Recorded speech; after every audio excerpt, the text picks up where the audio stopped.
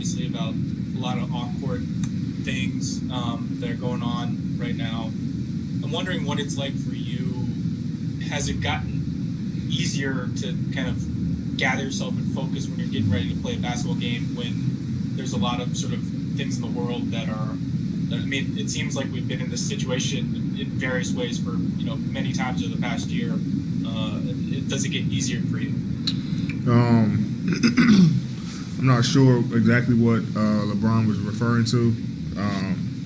Haven't been really on social media like that, so I'm not sure exactly what's going on. But from a general standpoint, I think that when we're playing basketball, we kind of just lock in and do what we have to do and focus on the game. But when it's outside of that, then we lock into the real world. And like I said, I heard bits and pieces of what he was saying. I'm not sure what, but obviously we know that he's very, emotional and sensitive when it comes to those subjects, and so is everyone else. And it doesn't get easier, until we are able to see change, and we still demand it. Obviously, a lot of guys aren't talking about it right now, but that doesn't mean that guys aren't still doing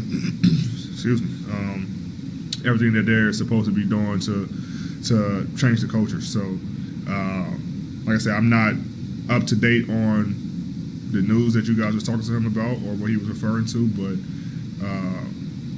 I'm sure that. I'm sorry to put you in a bad position, AD.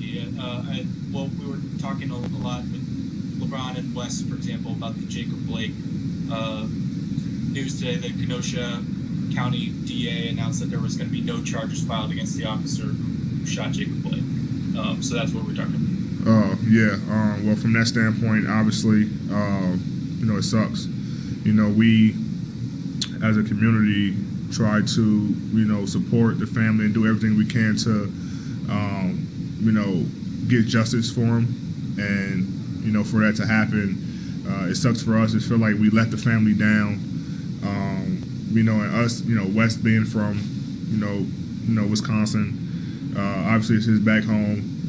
His backyard, and same way with Rondo last year with Louisville. So it's a time where we wrap our arms around Wes and make sure he's okay, and do whatever we could to make sure that we can continue to honor Jacob Blake and his family, and hopefully things can change where you go back and have a retrial with the officer or something of that nature, but. We continue to push the needle for change, and it's not going to stop us by playing basketball.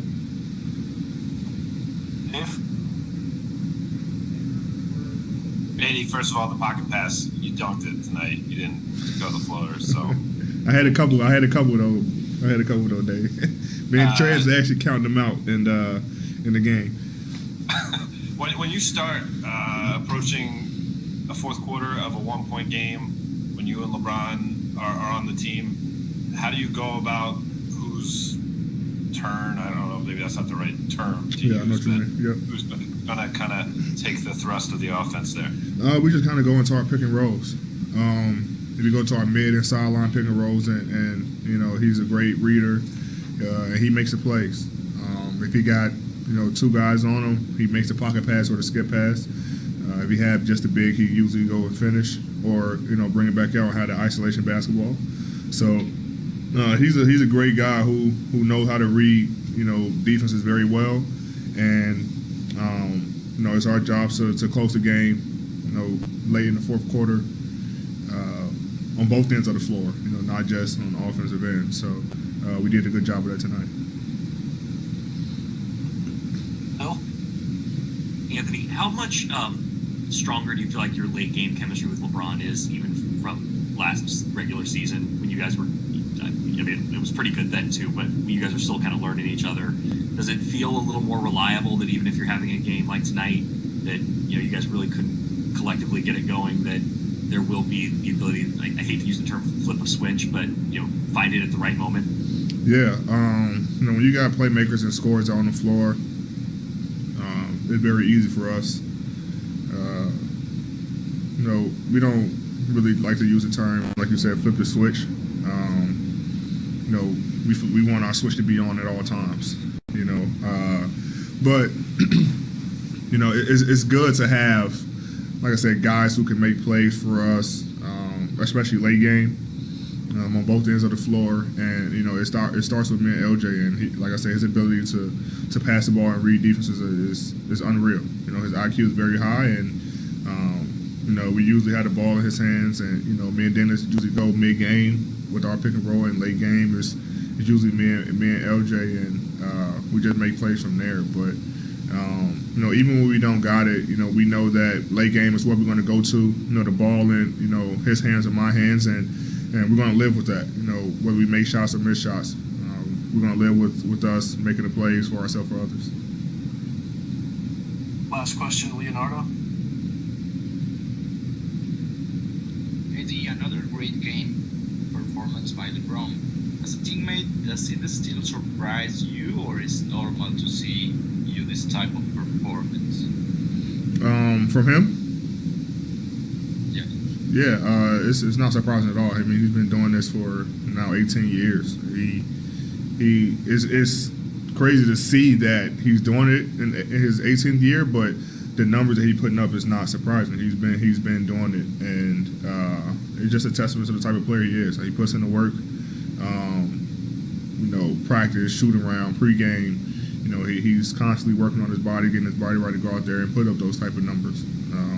You know, from rebounds to assists to scoring, and also things that don't show up in a stat sheet. So his leadership, you know, getting guys together to learn this offense and this defensive schemes that we have, and you know, hence is why, you know, he's one of the greatest to ever do it. You know, if not the greatest. So you know, it's good to be a witness of that for now my second year, in a couple years moving forward, to see, you know, how he continues to put on the show for us, night in and night out.